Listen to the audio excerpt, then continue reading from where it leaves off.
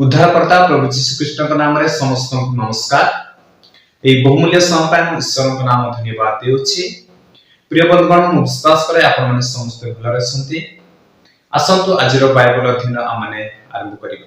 प्रिय बंधुगण आपण माने Odia Bible guide YouTube channel देखुछंती। प्रिय बंधुगण आज आमने ईश्वर निजको किपरि प्रकाश करती ए विषय आम माने अध्ययन करिबा। ईश्वर निजको बाइबल द्वारा प्रकाश करती।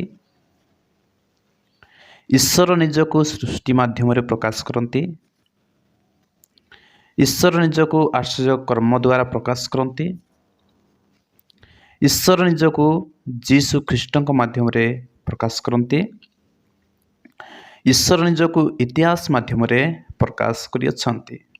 तो यही विषय नहीं कि आज आमने अध्ययन करिबा। आसंतु एबे आमने यही गोटे गोटे विषय को आमने देखिबा। ईश्वर निजको बाइबल द्वारा प्रकाश करती।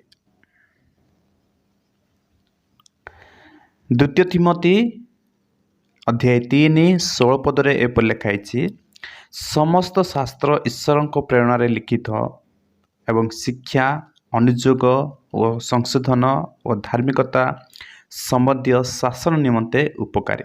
प्रिय बंधुगण बाइबल को परमेश्वर को प्रेरणा लिखाई। आउ बाइबल जिते आम पढ़ुछु तो परमेश्वर को प्रकाशन को आमने पाउछु। आउ बाइबल माध्यम परमेश्वर कौन करछंती से प्रकाश करछंती। आम बाइबल को पढ़िबा, जिते आम बाइबल को अध्ययन करिया, बाइबल को ध्यान करिबा, सेतिके आमने परमेश्वर को प्रकाशन को आमने जानि परिबा। द्वितीय पीतर 1:21, कारण कौनसी भाववादी केबे हैं मनुष्यर इच्छारू उत्पन्न हुई नहीं, मात्र ईश्वर प्रेरित मनुष्य माने पवित्र आत्मा द्वारा चालित हुई कथा कही। तो प्रिय बंधुगण बाइबल को परमेश्वर लोक माने, परमेश्वर दास माने लिखिछंती, प्रेरित माने लिखिछंती। और से माने निज इच्छारू लिखि नांती, किंतु ईश्वर प्रेरित मनुष्य माने पवित्र आत्मा द्वारा चालित हुई कथा कही। सेतिपाई बाइबल द्वारा परमेश्वर प्रकाश करती, निजको प्रकाश करती। सेतिपाई जेतिके आमे माने बाइबल पढ़िबा सेतिके आमे परमेश्वर को प्रकाशन बा परमेश्वर को प्रकाश को आमे जानि परिबा। ईश्वर निजको सृष्टि माध्यम प्रकाश करिसंती। प्रिय बंधुगण आमे जानुछु ईश्वर सृष्टिकर्ता अटंती। आद्यर से आकाश और पृथ्वी को सृष्टि करियछंती। जेतेबे आमे सृष्टि को देखुछु आमे जानि पारुछु सृष्टिकर्ता अछंती। तो एपरि ईश्वर निजको प्रकाश करिसंती।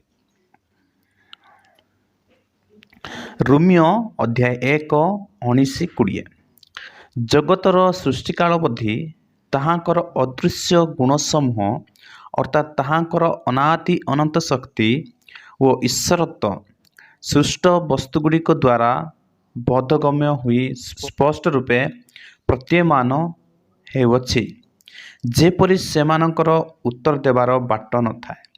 अर्थात परमेश्वर जगतर सृष्टिकाल अवधि ताहाकर अदृश्य गुण समूह अर्थात ताहाकर अनादि अनंत शक्ति और ईश्वरत्व सृष्ट वस्तुगुड़िक द्वारा बोधगम्य हुई स्पष्ट रूपे प्रतीयमान हेउछि, जेपरि सेमानकर उत्तर देवार बाट न थाए। जेणु ईश्वर सम्बन्ध जहाँ ज्ञातव्य ताहा सेमानक अंतर रे प्रकाशित होइछि। ईश्वर तो सेमानक निकट रे ताहा प्रकाश करियछंती। अर्थात परमेश्वर ईश्वर प्रकाश करिछंती, प्रकाशित होइछंती। किंतु ए मनुष्य जाति से सृष्टिकर्ता को आराधना न करी सृष्टि को आराधना करिया को लागिला। से माने सृष्टिकर्ता को अस्वीकार करिकी सृष्टि को स्वीकार करिछंती। अर्थात परमेश्वर निजको से प्रकाश करिअछन्ति। परमेश्वर निजको से सृष्टि माध्यम प्रकाश करिअछन्ति।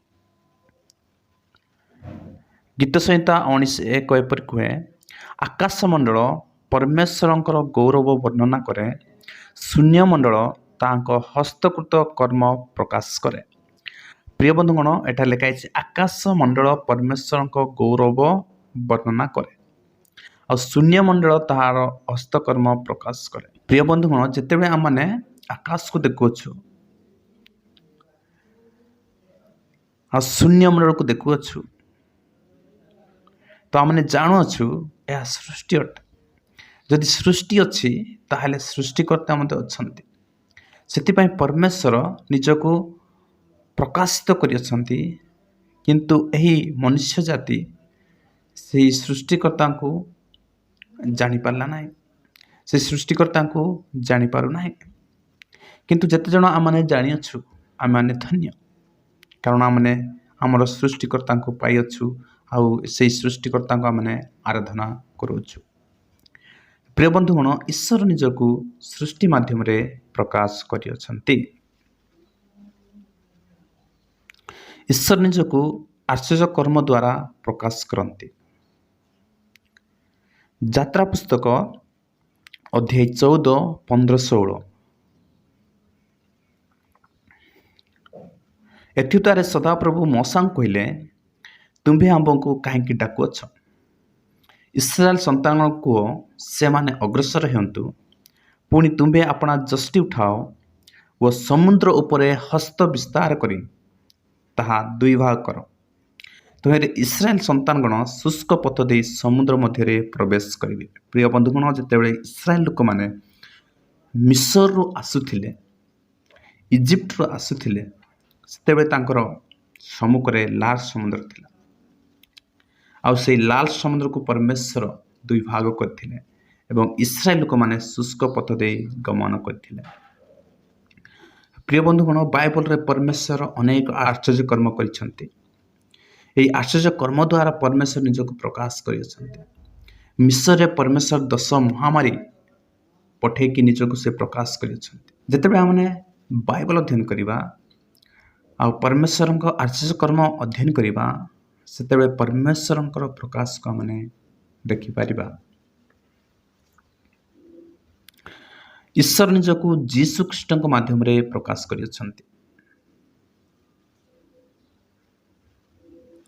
जहन अध्याय 1:18 पद, केही केबे ईश्वर को देखि नाही, पितांको कुलस्थित अद्वितीय पुत्र ताहाको प्रकाश कले। ईश्वर आत्मा अटंती, ईश्वर अदृश्य अटंती, सेतिपय ईश्वर को किए केबे ही देखि नाही। एठार लिखा है केही केबे ईश्वर को देखि नाही, पितांको कुलस्थित अद्वितीय पुत्र ताहाको प्रकाश कले। ईश्वर आत्मा हेतिबारु, ईश्वर अदृश्य हेतिबारु किए भी ताको देखि नाही, किंतु आदित्य पुत्र जीसु ख्रीष्ट ताहाको कोन कले? प्रकाश कले। जेतेबे हमने जीसु ख्रीष्ट को देखुछु, हमने परमेश्वर को देखुछु। जेतेबे हमने जीसु ख्रीष्ट को विश्वास करूछु, हमें परमेश्वर को विश्वास करूछु। से प्रेरणाकर्ता को हमने विश्वास करूछु। जहन 14:9 पदरे पे लिखा है, जीसु ताको कहले, फिलिप, एते काल मु तुमानक संगरे अछि आ तुम्बे कोन मते जानलो नाही? जे मते दर्शन करिअछि से पिता को दर्शन करिअछि। आम मानक पिता को दर्शन करांतु बोली तुम्बे किपरि कहछ? प्रिय बंधुगण, जे कि जीसु को दर्शन करिअछि से पिता को दर्शन करिअछि। जे कि जीसु को विश्वास करिअछि, जीसु को पठै देबा से प्रेरणाकर्ता को मते विश्वास करिअछि। सेतपय जीसु कहउछंती, जे मते दर्शन करिअछि से पिता को दर्शन करिअछि। अर्थात जीसु ही ईश्वर तको परिवहन करती। सेतिपय ईश्वर जीसु ख्रीष्ट माध्यम रे प्रकाश करती। ईश्वर निजको इतिहास माध्यम रे प्रकाश करिअछंती। प्रेरित अध्याय 17 26 ପଦ। ଆଉ ସେ ପୃଥିବୀର ସର୍ବତ୍ର ବାସ କରିବା ନିମନ୍ତେ ଏକ ବ୍ୟକ୍ତି ଠାରୁ ସମସ୍ତ ମାନବ ଜାତି ସୃଷ୍ଟି କରିଅଛନ୍ତି।